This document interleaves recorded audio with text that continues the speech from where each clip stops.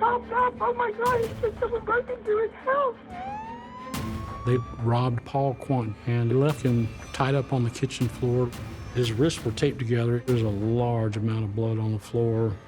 There was no explanation for this level of violence. My dad was a disabled veteran. Who could have done this, and why would somebody do this to my father? I could see a partial tag. This was probably the victim's vehicle. The suspect decides this is time for him to run. As they picked him up, a gun fell out of his waistband. There's a problem. So we have one suspect, that's it here. We were at a loss for where the second suspect was located. The detectives were asking all sorts of questions. And I told them that Paul had caretakers there in the daytime. Do you know Mr. Quant? I used to work for him. There was literally nothing to connect her to the scene itself. What we had to do now was figure out exactly who did what. I don't know what you told them and all this kind of stuff and everything, but I don't think you're being straight up.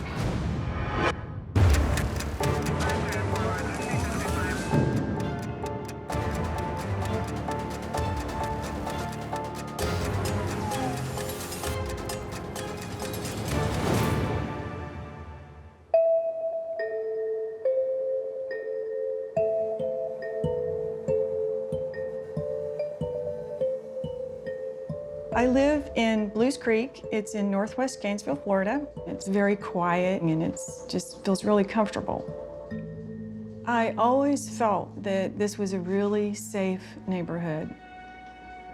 I was never afraid to go out by myself or be here by myself at all. And then January 9, 2012, it was close to midnight. And I heard a car screeching, and I could see lights in my front bedroom window. The next thing I know, the doorbell was ringing. I jumped out of bed, and needless to say, I was terrified. 911, what's the emergency? My next door neighbor has been chopped up. Oh my God, he's in his wheelchair. He's been my neighbor for 8 years. What's his name, ma'am? His name is Paul Quant.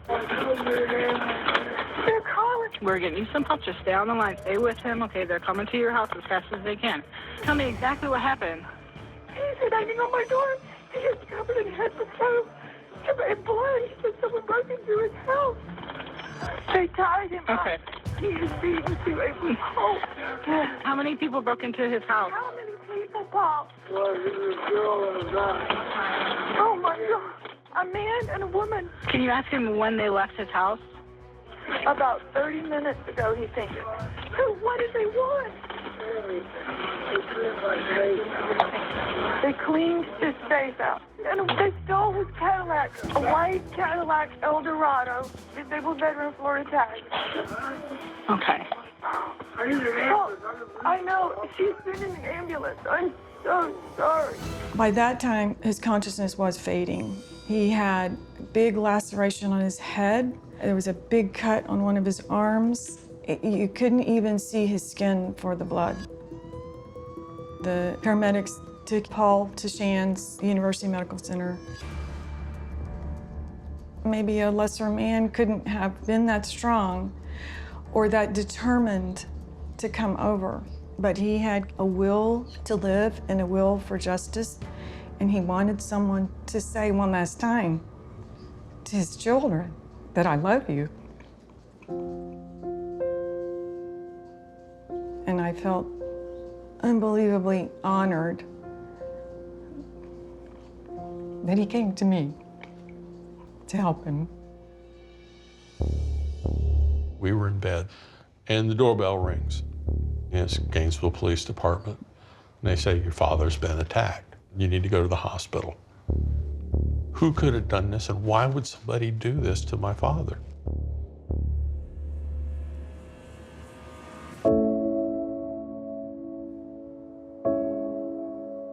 My dad moved out to Blues Creek in 2007. He was a disabled veteran, and he lived by himself.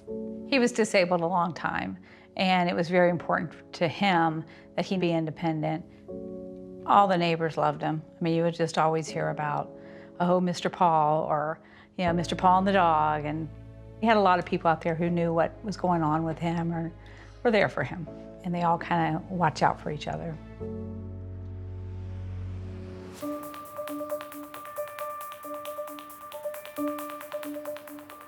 I was on the opposite side of town when this call came out. I knew there are officers that are going to be there a lot quicker than I am to make sure the scene is secure. So instead of going directly to the house, we're looking for the victim's Cadillac when we're on our way there. As I'm going south on 43rd Street, I go into Westchester, which connects to Blues Creek. And as I pull into that subdivision, there was a vehicle headed the opposite direction. And I could tell that it was a Cadillac.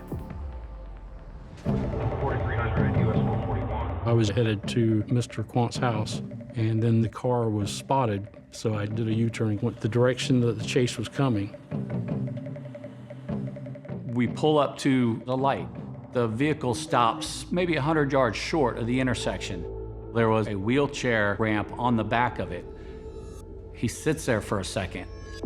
I could see a partial tag, and at that point, I realized that this was probably the victim's vehicle.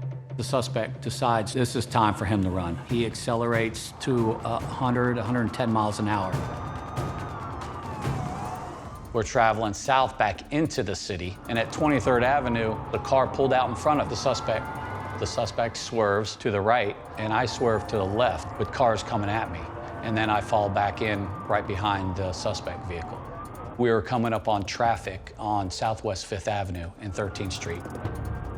This is a college town, and there's gonna be kids out everywhere. I'm concerned about the suspect, or me, striking an innocent victim. All their officers started blocking other intersections to try to keep other people who were driving from coming and getting in the way of the chase. I slow down for the intersections. The suspect didn't slow down. The suspect struck a vehicle that was sitting at the light. He then struck another vehicle that was sitting in one of the side streets. The adrenaline is very high at that point. I had no idea what his plan of action was. We need to get him in handcuffs as quickly as possible. As I held him at gunpoint, other officers were able to remove him from the car. He's handcuffed, and we take him to the side of the road. I made sure I cleared the car, make sure there was nobody else in the car. Okay, so we have one suspect. That's it here. Several one suspect. There's a problem. According to the 911 call, we knew that 2 people were involved in this crime, and the second suspect was a female. We didn't know who she was or where she was at. So at that point, I took the suspect over to a vehicle to be able to search his pockets. As they picked him up, a gun fell out of his waistband, and we found evidence on him, a couple bloody rolls of duct tape, a stun gun, some bloody latex gloves. But the suspect didn't have any identification on him. We didn't know who he was. He refused to give us information. He was being difficult. He wouldn't look at us, and he wouldn't talk to us at all about the other suspect that might be involved. He had no injuries associated with the car crash whatsoever, but he was taken to the hospital as a precautionary measure. The only injuries they noted at the scene that were significant were his fists, likely from beating Mr. Quant. By the time I went in to see my father, it had been several hours. The doctors seemed at that point to be most concerned about swelling in his brain due to head trauma. His head was swollen up like a basketball, and He was not recognizable. yeah. I mean, certainly he wasn't conscious. Why would somebody do this to my father? My dad was funny, he was social, he was easy to get along with. You're always hopeful that, well, this is gonna be okay. One of the weirder things that we found out is 2 rooms down from him was the guy who did this. And there was talk. There was We conversation. could go drag him out of that room and wear him out. Right. But better cooler heads they prevailed. At the hospital, I went to check on the suspect to try to get more information, but he still refused to talk. The suspect is arrested for attempted first-degree murder, home invasion robbery, fleeing and attempting to elude, and probably a bunch of other stuff that I can't remember right now. But he refused to be interviewed. He invoked his rights, and law enforcement tried to speak with him, but he refused to speak. At that point, we knew that the only way to find out his identification was to fingerprint the suspect so we could run it through the automated fingerprint identification system to try to get his name. After that, I checked on Mr. Quant. With the injuries he sustained, Mr. Quant was still fighting for his life. But we were very much hoping that Mr. Quant was going to be okay and that he would be able to tell us exactly who did what. The house had been ransacked. The televisions were smashed, closet doors were open, the safe had been emptied, and there was blood. There was a lot of blood on the floor and splattered on the walls and the countertop. It was a violent incident that had occurred. The skin on the back of Mr. Quant's arm had been sawed off with a knife in about an 8-inch spot. And there was only one explanation for why that had occurred, and that was that he was tortured. I've been to a lot of crime scenes in 38 years, and as far as just torturing someone and spending time trying to force someone to talk, this is the worst. There was no explanation for this level of violence. The crime scene's telling me that 2 people had robbed Mr. Quant. They left Mr. Quant tied up on the kitchen floor. His wrists were taped together, and he crawled over and got a bottle of cooking oil and found a knife where he was able to stab this vegetable oil, leak it down onto his wrist, and move back and forth and get the duct tape off his wrist. To be able to receive the beating that he received and the torturing he got and then still make it to the neighbors, it's just incredible. The guy was tough. Because there's no forced entry, and the fact that Mr. Quant had been tortured to get his safe open, I thought someone who knew Mr. Quant and had been in the house probably was involved. At that point, from the fingerprints, we had gotten the information on who the suspect was that was driving Mr. Quant's car. His name was Austin Mark Jones. Austin Jones had a criminal record. He had been arrested for an aggravated assault, and he ended up being incarcerated for a period of time in the Columbia County Jail. We knew Austin was involved, but we couldn't find any connection between Austin Mark Jones and Mr. Quant. So we started doing some more research. The detectives were asking all sorts of questions. I told them that Paul said there were 2 people in the house. They asked me if he had people coming and going, who's been in the house, who does he know, and I told them that he had caretakers there in the daytime. One of the things that the VA hospital had set up with Dad was to have home health care people come into the home and help him out. There was one healthcare worker that he just didn't feel comfortable with. After she'd worked there briefly with him, he noticed one of his house keys was missing. Could it have gotten misplaced? Absolutely. But he had a concern, so we did something about it. One of the first things we did, changing the locks in his house, and he requested that whenever these healthcare workers came, they had to sign a sheet of paper saying, yeah, they were here and these are the things they did. And they would give him a copy of it. Well, he filed those copies. And we found the stack of papers in a drawer next to the TV in the living room.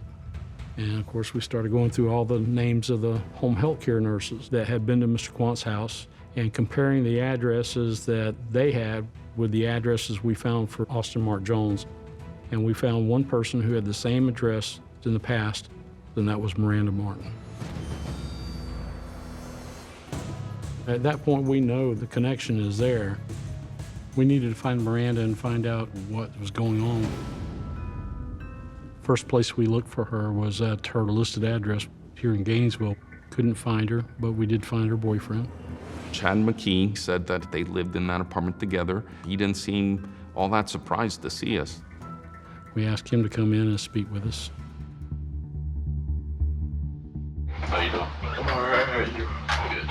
Your boyfriend was very cooperative, and we need to get as much information as we can, as fast as we can, so that we can locate Miranda Martin. What can you tell me about Miranda? She's been my girlfriend for about 6 years. Do you know where she's at right now? As far as I know, she was at work.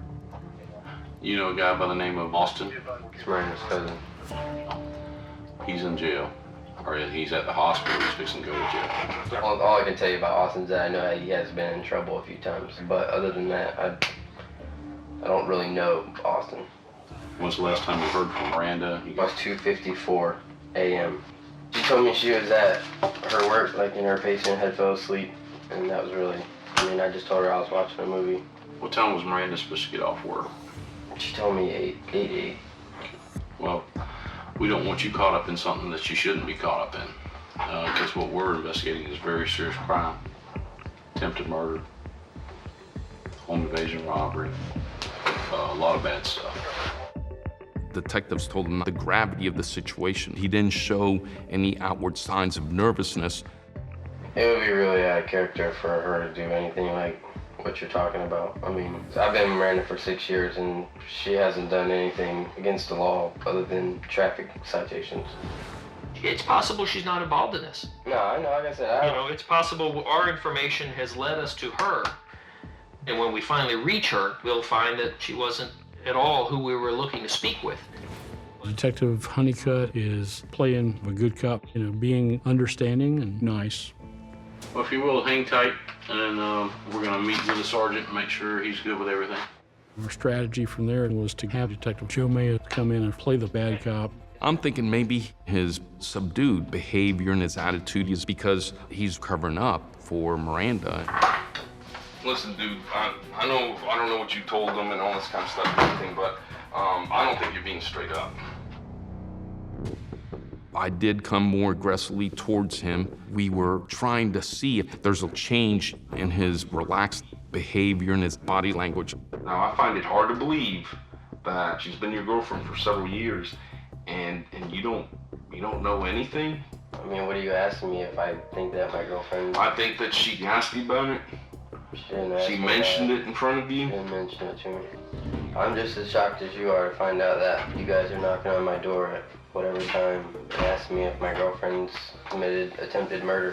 When she had to go to work was what she told me. By this time, we've got detectives making contact with Miranda's company, finding out that she's not at work. When you just talked to her manager, she said she's not working today, not at all. Why is she lying now about going to work? Your guess is as good as mine.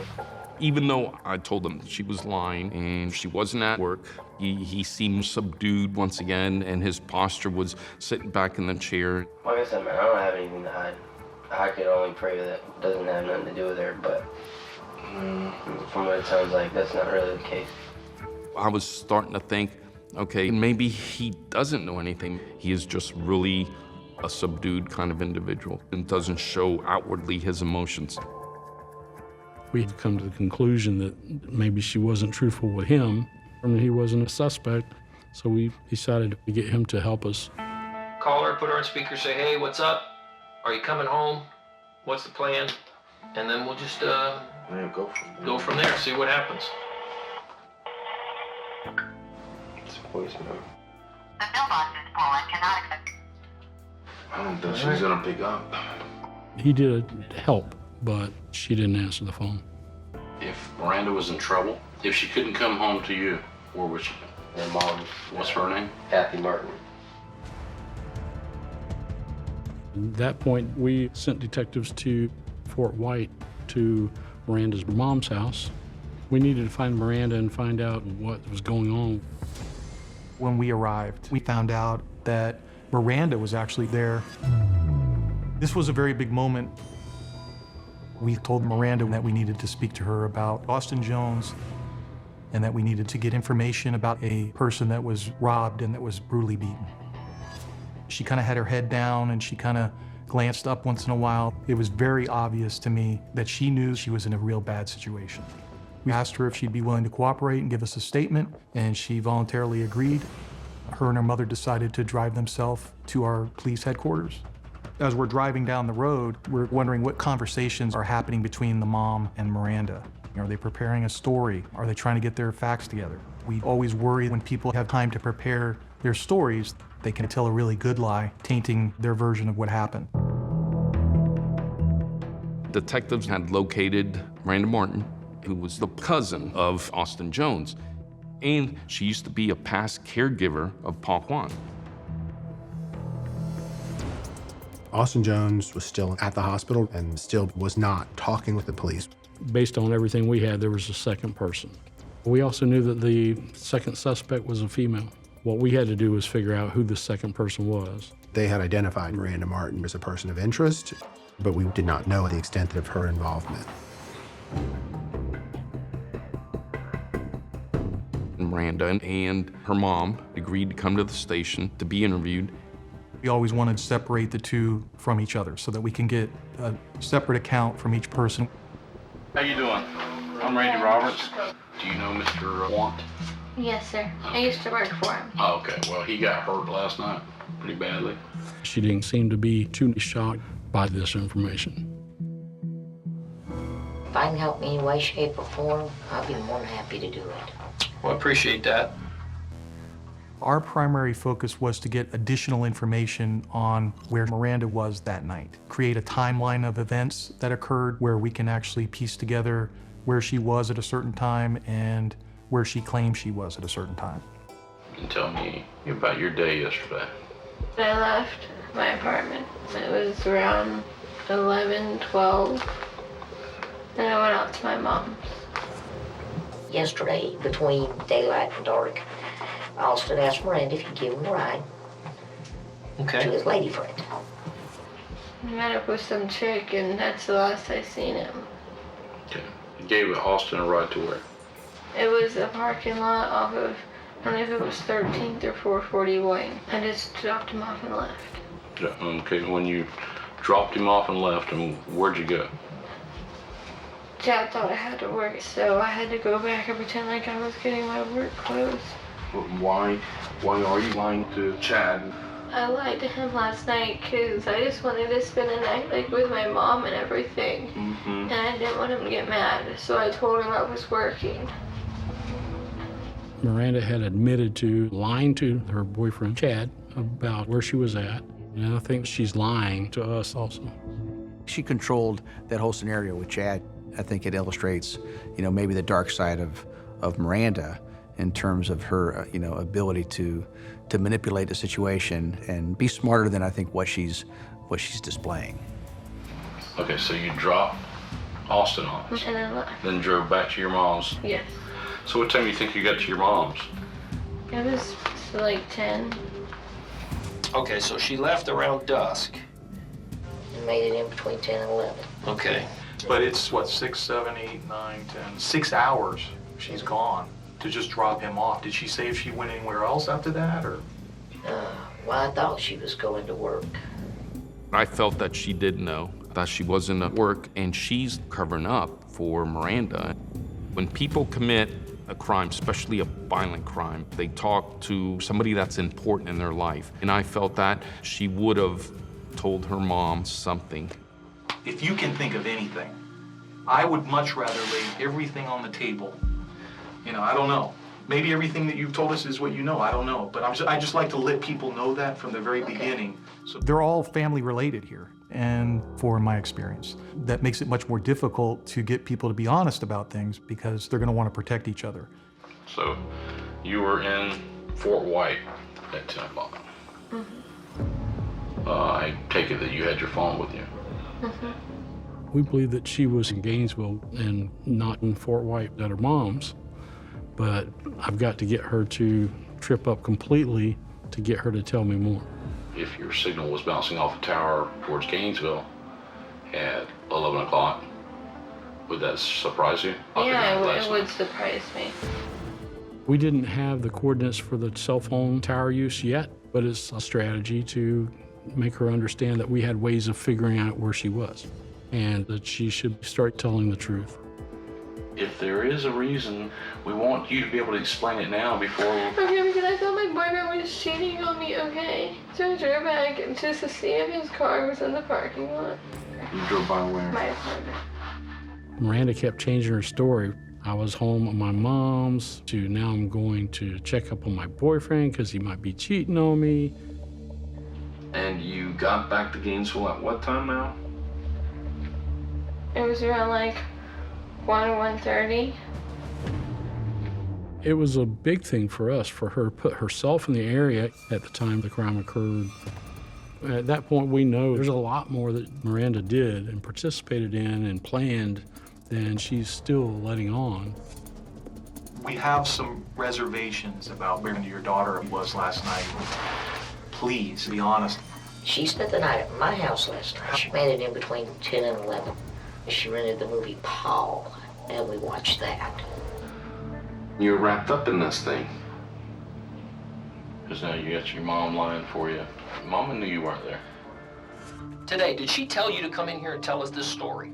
Did she tell you to No, come in here and she say, did not. Mom, tell him I did this, tell him I did that. Help me, I'm in trouble. As the interview with Miranda's mom continued, we realized that it wasn't really going anywhere. She seemed like she had committed herself to a particular story that may have been prearranged on their drive down to the police station, and so we concluded the interview with her. It was disappointing that Miranda Martin's mother had not come off her story, so we knew we had to keep on working on Miranda, peeling back the layers to get the truth. How many times total you think you worked for Paul? Well, it was 3 days a week. At least once a week, I guess you'd make his bed. Yes. Okay. The bed sheets, everything that took off the bed, put in the washer, and then put back on the bed. So you never got anything off the closets? The only time I ever went in the closet was just I hang up stuff, and that's it. Okay. So you saw the safe there. Oh, I didn't think that was like a safe or anything. What do you think it was? I thought it was just like a box thing, like a metal box. I was getting a little aggravated with the lying that she was doing. And be honest with me. What was the reason for bringing him over here? And be honest. He was supposed to meet with some girl. I dropped him off. You dropped Austin off just down the road from Paul's house, right? Miranda, be honest with me. You dropped him off just down the road from Paul's house, right? Yes. She gave a little bit of information about dropping Austin off right down from the house, but she wouldn't go any further. I thought he was meeting some girl, and that's that. That's honestly it. I took a break. I was a little frustrated, and sometimes strategies involve putting in different people. We thought we needed to have Lieutenant Alvosa come in a fresh face. Maybe she'll give more. Oh, Miranda, this is Will. Miranda, we want to clarify something, okay? And There are two phases to an interview. There's an interview, and then there's an interrogation. But by the time Will Alvosa comes in, he's coming in now in an interrogation. An interrogation is forcing people to confront the fact that they're in significant trouble.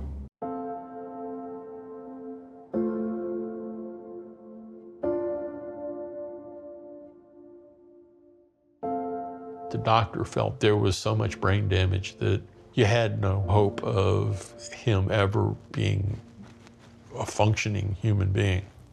Ultimately, my sisters and I were going to have to make a decision. Do we let Dad go? Gainesville Police Department, they were there constantly to just keep us updated. They were very adamant they were going to get to the bottom of this. They were not going to get some sleep, they were not going home until they got to the bottom of it. At that point, Austin Jones still refused to speak. He went from the hospital to the jail and is waiting for his trial.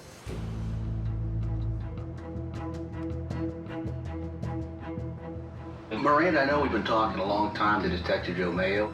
Every time we come outside, there's a little bit of more information that you've disclosed. And that's why we keep coming back in here and asking you some more questions, okay? Because nothing seems to be adding up. We felt certain that Miranda was involved. What we had to do now was figure out exactly who did what. I get it now. She seemed to be one of these individuals that told a lot of stories, but we knew we had to be patient and just keep at it. So I want you to pay attention. I'm gonna ask you some specific questions, okay? Yes, sir. When you guys went there last night, okay, and when you guys drove up there, you know, whatever you planned to do, did you expect it to unfold the way it unfolded? Did you expect Austin to act like that? Miranda, this is important. Things changed, right? My tactic was to really make suggestions and let her answer the questions. Things changed, right? Yes, sir. I thought he was just gonna scare him, just not her, just scare him. I'm like, thank the Lord, we finally got her admitting that she did drop Austin off with the intent of him making contact with Paul Quant, and not for Austin to see a girl. Okay, so what was Austin's new plans now? I guess he just wanted everything. I haven't seen everything that he's got, so you tell me what everything is. What does he want from Mr. Paul? I didn't care about what he got or anything. Like, I didn't even want Austin to go in the first place. But he did go, and you knew he was going there to scare him. Miranda, did he tell you to wait for him?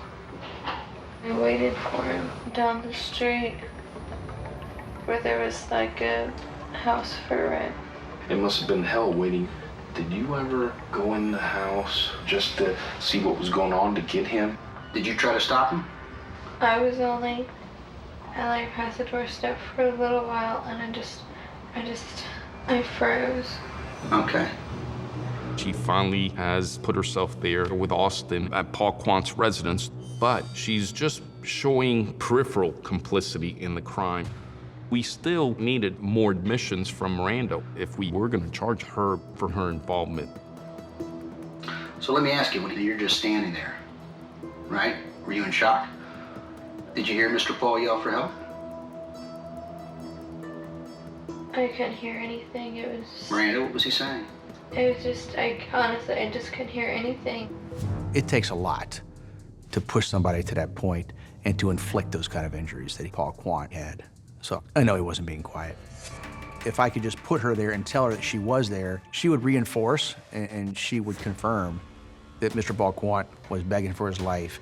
One of my tactics with Miranda was to ask her the same questions over and over again, because every time Miranda tells us her version of the story, she's not telling me the truth, but she was telling me little pieces of the truth.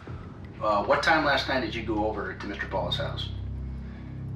Between 9:30 and 10. Between 9:30 and 10. And who went? Austin went first, and then I followed. Austin rang the doorbell, and the next thing you know, he just pushes it open. Did Mr. Paul see you? I don't think he had a chance after Austin just pushed him. Do you follow him into the, you follow Austin in? Yes, so I was standing like at the edge. He was like, so that mask at me, put this on. And that opens up a whole bunch of questions. Well, why you wear a mask? You know, unless you didn't want Mr. Paul Quant to know who you were. You threw the mask at you, told you to put it on? Yes, sir. She was really clinging to that minimization of, I didn't want to do it, but Austin made me do it. And what color was the mask? It was a red Elmo.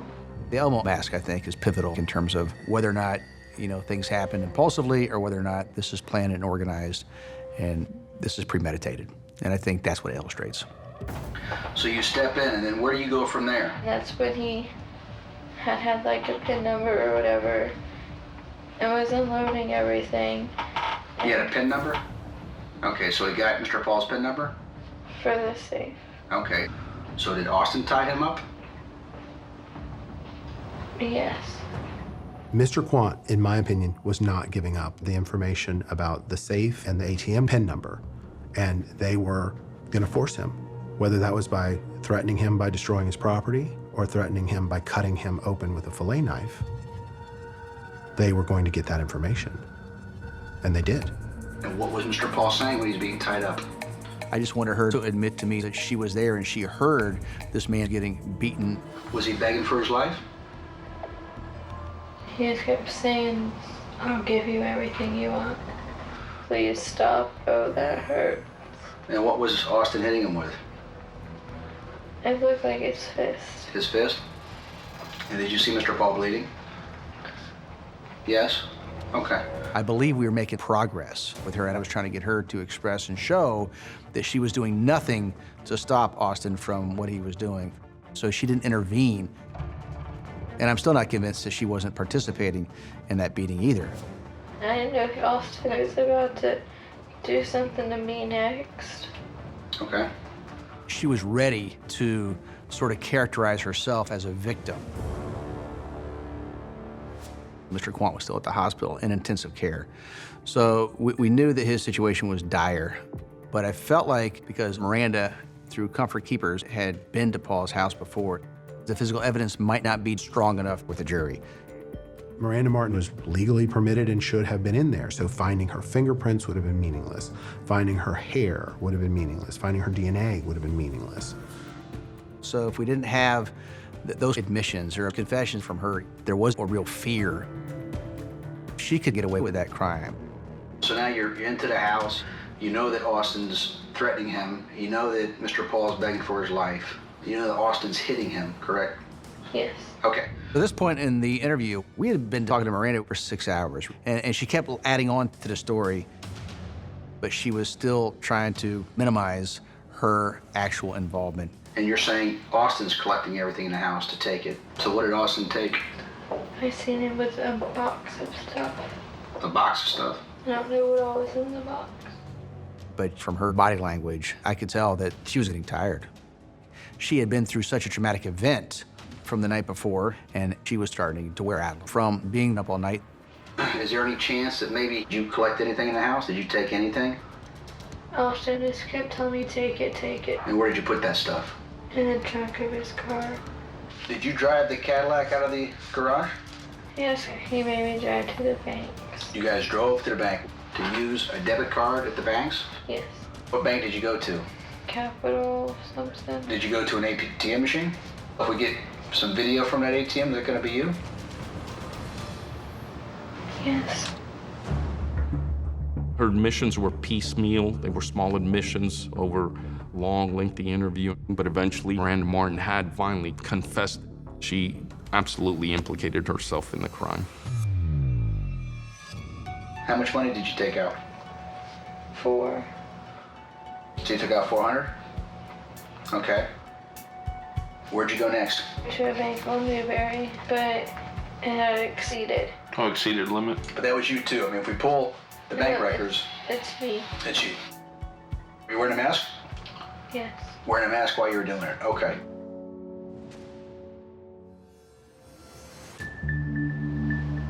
What are you feeling right now, Miranda?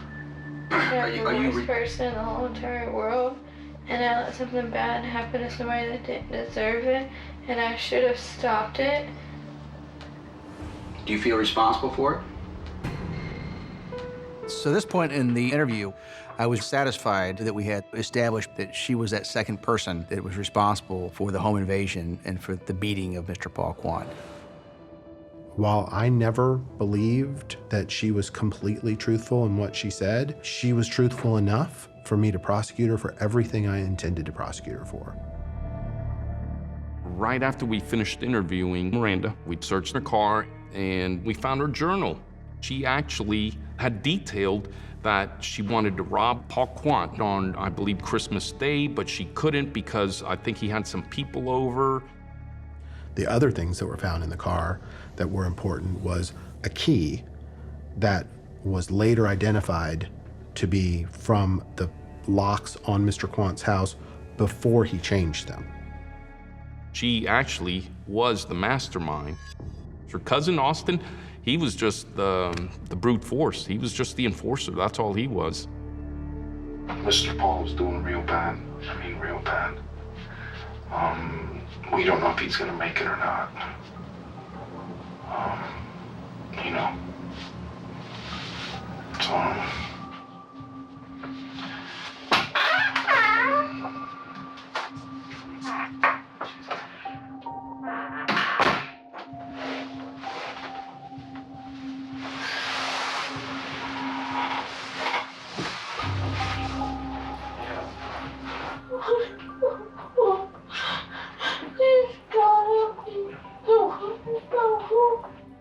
could see in the interview room, Maranda get emotional. But I don't think she regretted anything that she did to Paul Quant. She got caught, and that's what she regrets. Maranda Martin and Austin Jones were charged with attempted first-degree murder, conspiracy to commit home invasion robbery, and conspiracy to commit burglary of an occupied dwelling. If Maranda Martin had not confessed, we would have had a significant circumstantial case against her. There was literally nothing to connect her to the scene itself. Would that connection have been good enough to sustain a conviction? I don't know. Probably not. The next day, we found out both of them were in custody. So and there was a comfort in that, knowing that we now know who did it.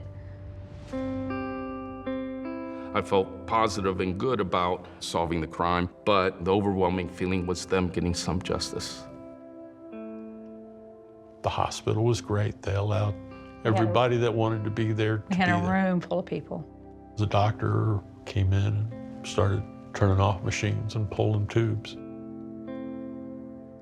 We all said our goodbyes. I'd like to think he could hear us, but I don't know that that's the case. And he slipped away.